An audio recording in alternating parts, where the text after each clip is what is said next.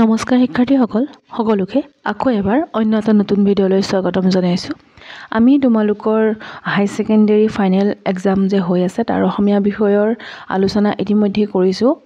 ৰচনা কেনেকুৱা ধৰণৰ আহিব পাৰে সেইটো ভিডিঅ' আপলোড কৰা হৈছে আৰু লগতে তোমালোকৰ 1 নম্বৰীয়া প্ৰশ্নসমূহ কেনে ধৰণৰ আহিব পাৰে সেইখিনি তোমালোকৰ লগত আলোচনা কৰা হৈছে আৰু আমি যোনখিনি তোমালোকক প্ৰশ্ন দিছোঁ সেই প্ৰশ্নখিনি তোমালোকৰ যোৱা বছৰ প্ৰশ্ন কাকতৰ ভিত্তিত আমি প্ৰশ্নবোৰ তোমালোকক দিছোঁ আৰু তোমালোকক আমি যোনসমূহ দিওঁ সেইসমূহ তোমালোকক আমি পুৰণি প্ৰশ্ন কাকতৰ ভিত্তিত আৰু আহিবলগীয়া ধৰা কিছুমান সম্ভাৱ্য আমি পঢ়োঁ, তাৰ পিছত তোমালোকক আমি সেই কুৱেশ্যনসমূহ দিওঁ আৰু তাৰ পৰা তোমালোকৰ প্ৰশ্ন আহেও। গতিকে তোমালোকে ভিডিঅ' শেষলৈকে চাবা আৰু ইয়াৰ পৰাও প্ৰশ্ন থাকিব। গতিকে আমি পলম নকৰি ভিডিঅ'টো আৰম্ভ কৰোঁ ব'লা। আজি আমি আলোচনা কৰিম তোমালোকৰ এই কবিতাসমূহৰ মূল ভাৱখিনি। যোৱা 2023 চনত আৰু 2024 চনত দেখা গৈছে যে তোমালোকক 3টা কবিতা দি দিয়ে, তাৰে যিকোনো এটাৰ তোমালোকৰ মূল ভাৱ লিখিবলৈ আহে আৰু তাত তোমালোকৰ 6 মাৰ্ক থাকে, 6 নম্বৰ থাকে। 6 নম্বৰ এটা সহজ কথা নহয়। গতিকে মই এই গোটেইকেইটা কবিতাৰ মূল ভাৱ তোমালোকক ধুনীয়াকৈ লিখি দিছোঁ, ইয়াতে দি দিছোঁ। তোমালোকে গোটেইখিনি ধুনীয়াকৈ চোৱা আৰু চাই পেলাই তোমালোকে এইখিনি ধুনীয়াকৈ স্ক্ৰীনশ্বট লৈ লোৱা। মই পঢ়ি নাথাকোঁ, ভিডিঅ'টো বহুত দীঘল হৈ যাব আৰু ইমান দীঘলীয়া কৰিবলৈ মন নাই কাৰণ তোমালোকৰ পৰীক্ষা পাইছেহি যিহেতু। তোমালোকে এই জনতাৰ আহ্বান নামৰ কবিতাটোৰ মূল ভাৱখিনি ধুনীয়াকৈ ইয়াত দিয়া হৈছে। তোমালোকে স্ক্ৰীনশ্বট এটা লৈ লোৱা আৰু ধুনীয়াকৈ পঢ়ি ল'বা। যদি কিবা বানান ভুল থাকে তোমালোকে শুদ্ধ কৰি ল'বা আৰু লিখি দিছোঁ তোমালোকে কাৰণ উত্তৰটো বিচাৰা যে সেইটো কাৰণে।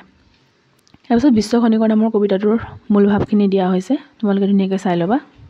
কিবা যদি টাইপিং কৰোঁতে এটা দুটা বানান ভুলো আছে তোমালোকে এতিয়া সৰু ল'ৰা ছোৱালী নহয়, গতিকে তোমালোকে শুদ্ধ কৰি ল'ব পাৰিবা, শুদ্ধ কৰি ল'বা।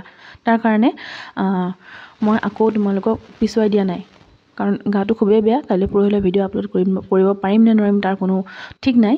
গতিকে তোমালোকৰ চাগে এইটো শেষৰটো ভিডিঅ'ই হ'ব। যদি গা ভাল নহয় তেতিয়াহ'লে মই তোমালোকৰ বাবে আৰু প্ৰশ্ন লৈ আহিম।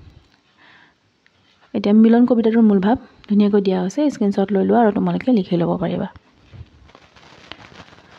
কাঠমিস্ত্ৰীৰ ঘৰ কবিতাটোৰ মূল ভাৱটো দিয়া হৈছে। এবাৰ গোটেইকেইটা তোমালোকে পঢ়ি ল'বা স্ক্ৰীনশ্বট লৈ পেলাই।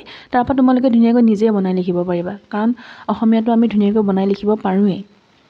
তাৰপিছত আঘোণৰ কুঁৱলী নামৰ কবিতাটোৰ মূল ভাৱ ধুনীয়াকৈ দিয়া হৈছে ইয়াতে। তোমালোকে স্ক্ৰীনশ্বট এটা লৈ লোৱা, লৈ পেলাই পঢ়ি ল'বা ধুনীয়াকৈ। এবাৰ যেতিয়া আমি পঢ়ি থওঁ, মই আগতে কৈছোঁ যেতিয়া আমি পঢ়ি থওঁ তেতিয়া কুৱেশ্যনটো দেখাৰ লগে লগে আমাৰ মনত পৰে। তাৰপিছত উভতি নহাৰ কবিতাৰ মূল ভাৱটো ধুনীয়াকৈ দিয়া হৈছে, তোমালোকে লিখি ল'ব পাৰিবা।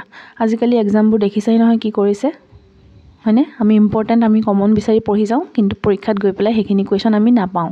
গতিকে তোমালোকে সকলোবোৰ পঢ়ি যাব লাগিব এতিয়া। সকলোবোৰ ধুনীয়াকৈ পঢ়ি যোৱা, কমন বুলি নহয়, তোমালোকে সকলোবোৰ এনেকুৱাকৈ পঢ়ি যোৱা যাতে তোমালোকে কুৱেশ্যনটো দেখিলে তোমালোকে নিজে লিখিব পাৰা। বুজি পাইছানে? তোমালোকে তেনেকৈ পঢ়ি যাব লাগিব এতিয়া। ইয়াৰ পিছত কৰুণতম কবিতাটোৰ মূল ভাৱ ধুনীয়াকৈ দিয়া হৈছে। গোটেইকেইটা কবিতাৰ মূল ভাৱ ধুনীয়াকৈ দিয়া হৈ গৈছে। গতিকে ভালকৈ পঢ়া, তোমালোকৰ সকলোৰে পৰীক্ষা ভাল হওক আৰু চেনেলটোত যদি প্ৰথমবাৰৰ বাবে আহিছে চেনেলটো ছাবস্ক্ৰাইব কৰিবা, লগৰ বন্ধু বান্ধৱীৰ সৈতে ভিডিঅ'টো শ্বেয়াৰ কৰিবা আৰু ভিডিঅ'টোত এটা লাইক কৰিবা।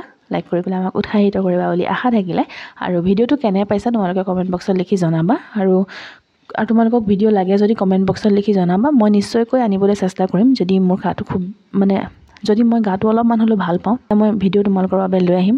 যদি নোৱাৰোঁ তেতিয়াতো নোৱাৰিমেই আৰু তথাপিতো সকলোলৈ অসমীয়া পৰীক্ষাৰ বহুত শুভকামনা থাকিল।